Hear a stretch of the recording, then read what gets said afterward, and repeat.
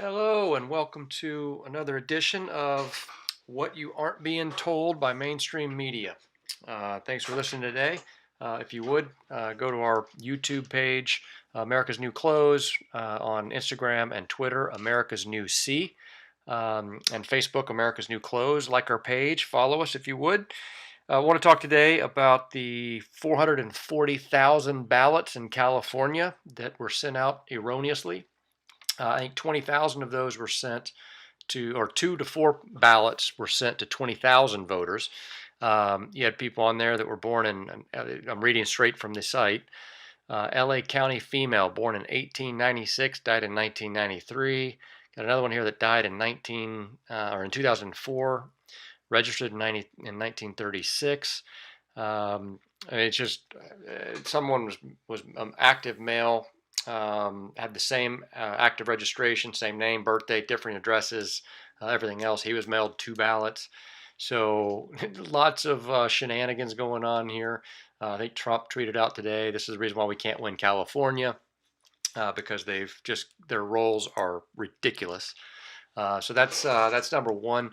Following up on that, then on Judicial Watch last week, noticed that in 353 counties across 29 states, you have registration rates that exceed 100% of eligible voters. So it is out of control. I know we had some of this in 2016 where you had mathematical impossibilities. I think you had some counties that were 100% for Hillary Clinton, or maybe 2012. 100% of counties went for Barack Obama. A guy went in front of in Ohio, went in front of the Supreme Court or some federal or district court, saying that it's literally a mathematical impossibility for that to happen.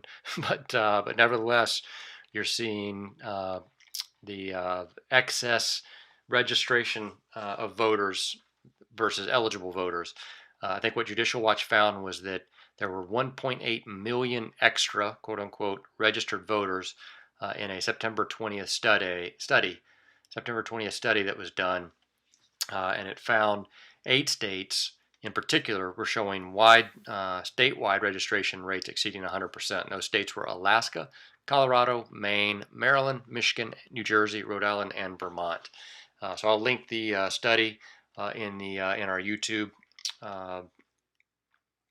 description below, so that you can link to it. Same with the California 440,000 extra ballots. Moving on to CDC, more COVID updates. CDC released a comment that said that the pandemic is not over, according to Director Robert Redfield. Excuse me. U.S. faces critical phase in coronavirus fight as 75% of states see uptick. So says the headline and the story. Obviously, we're going to see the uptick in cases. We're testing, I think, over 60,000 cases per day, if not more. That number is only going to go up as it becomes more readily available and more people take it. What we have seen, ironically, as well, is that while cases of coronavirus are going up, guess what cases have plummeted? Is the flu. Flu is worldwide is down 95% flu cases so far this year. So something is going on there with either flu cases are showing up as coronavirus cases or something. It just something doesn't make sense. So we'll let you use your own logic and common sense to figure that one out. Moving on. Wow, you've got this Devin Archer and Bevan Cooney and Hunter Biden case just continues to get better. You had what was a connection that was done with regards to the case against Devin Archer that he was prosecuted and convicted in 2018, I believe.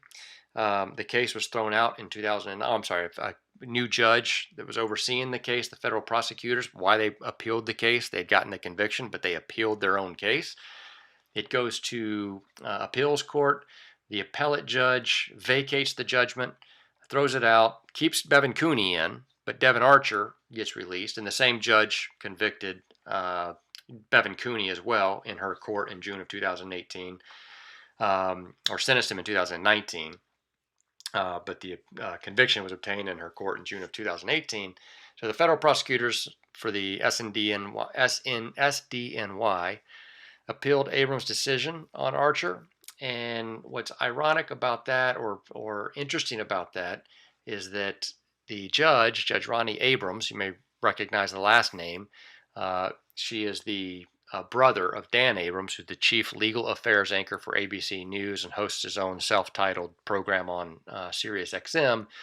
But more importantly, she's the husband of Greg Andres, who was one of Robert Mueller's top prosecutors in the special counsel that was investigating Trump.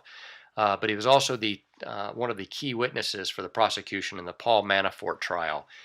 If you don't know about the Paul Manafort full context, he was tied to Ukraine as well. So very interesting that the judge who vacated the case, vacated the judgment, a jury judgment. The jury found Archer guilty.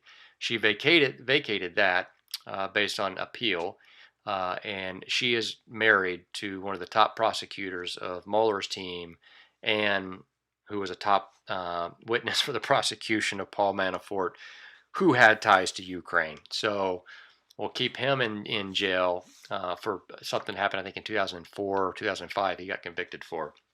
So moving on. So that lets you make up your mind on that one as well. And then Igor Danchenko. I'm not sure if you ever heard the name Igor Danchenko. Igor Danchenko was one of the chief or primary, I guess, witnesses or sources of the Steele dossier. He has now come out of hiding, so says Chuck Ross over at Daily Caller, and says that he stands by his the salacious, the one that the Trump haters, never Trumpers, and liberals love to run around, that, oh, we've got tapes of Donald Trump peeing on prostitutes in Russia. So he's still standing by that salacious morsel. But then he says, I quote unquote stand by it. Then and when he talks about it, I got it right, he told The Guardian of the so-called quote unquote P-tape allegation. But then he goes on to say that even raw intelligence from credible sources, I take it with a grain of salt. Who knows if it's not particularly accurate? Is it just a rumor, or is there more to it? So he stands by it, but then can't release the information or doesn't have it. So he's still out there pushing a P-tape that, unless it's going to happen in the next 2 weeks, I guess it doesn't exist. But just so you know, he's still sticking by that he's got a P-tape. Wouldn't that make for a great rainy day? A little golden shower. Moving on here to polls and the BigTech censorship. I don't know if you saw, Obama went out today on the campaign trail for candidate Joe Biden. He was 30 miles away from where Joe Biden lives, but Joe Biden couldn't make it out to be there with him. And Barack Obama had an impressive automobile rally. Had a lot of automobiles show up. It looked like in the picture, maybe 100 cars. Assuming there was 2 people in each car, it's a couple hundred for Barack Obama and his speaking. What he gets paid on speaking fees, he'd cleaned up. I mean, as a per head number, that's a pretty impressive number there.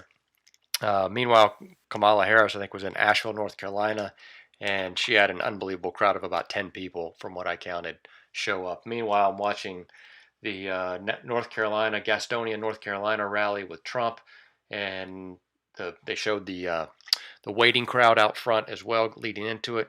Unbelievable how many people is at his events versus Barack Obama, the quote-unquote savior of the Democrat Party, from thanks to Newsweek back in 2008 or 2009, can't garner more than 100 cars, and people show up. And the cars were socially distanced, in case you're wondering. I know a lot of you people out there are scared and have fear porn that you need to wear masks and be socially distanced. So just so you know, the cars were socially distanced. There was a space in between every car. I don't know if you saw or have taken notice of Keith Olbermann, who, I mean, God bless him, lost his noodle so many times in 2016, just going off on MSNBC, lost his show. He's resurrected himself now and never got over his Trump derangement syndrome. He's a loose cannon now. If you want to see what, and he's claiming that the Steve Bannons of the world, the Rudy Giuliani's, the Charlie Kirks, Donald Trump's, everybody that was part of his administration, they need to go to jail. They actually need to be strung up in the streets. He wants heads to roll. His head's about to explode as he's going through this. He got his necktie on a little too tight. But check him out. I'll link to his YouTube video here in the description box below, so that you can check this stuff out. I mean, again, these guys just lost his noodle. And going on what Robert Reich said about the Ministry of Truth and Reconciliation, these people are serious, though. However, I hate to end on a more somber note, but these people are serious about coming after Trump supporters once Trump wins, or if Trump wins. It's going to be scorched earth. They got their New World Order system that they were trying to lock in here under Clinton screwed up in 2016. So censorship is going to abound. Targeting of political enemies is going to be front and center for these guys. And I mean, again, they're going to do everything they can to overturn the system and usher in a new world order globally. You're seeing what's happening in Australia now. They're basically telling their citizens nothing is going back to normal until a vaccine comes, and that's probably the second generation of vaccines, which some people are saying is more than 2 years away.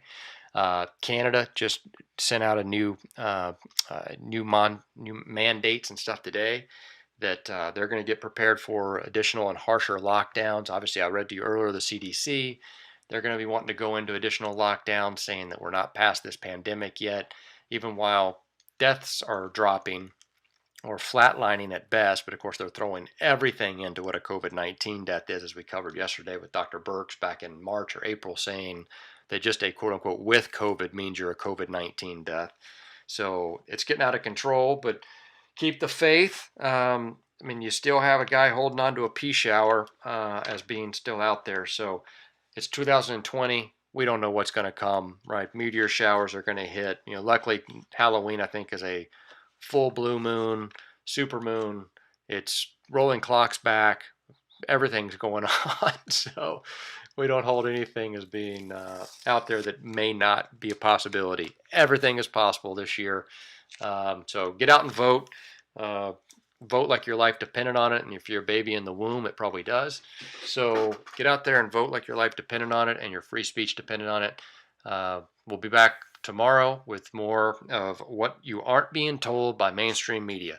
Again, like our page, follow us on Twitter, Instagram, Facebook, Medium, and YouTube. And tune in tomorrow for another episode of What You Aren't Being Told by Mainstream Media. From America's New Clothes, I'm Derek, and I'm out.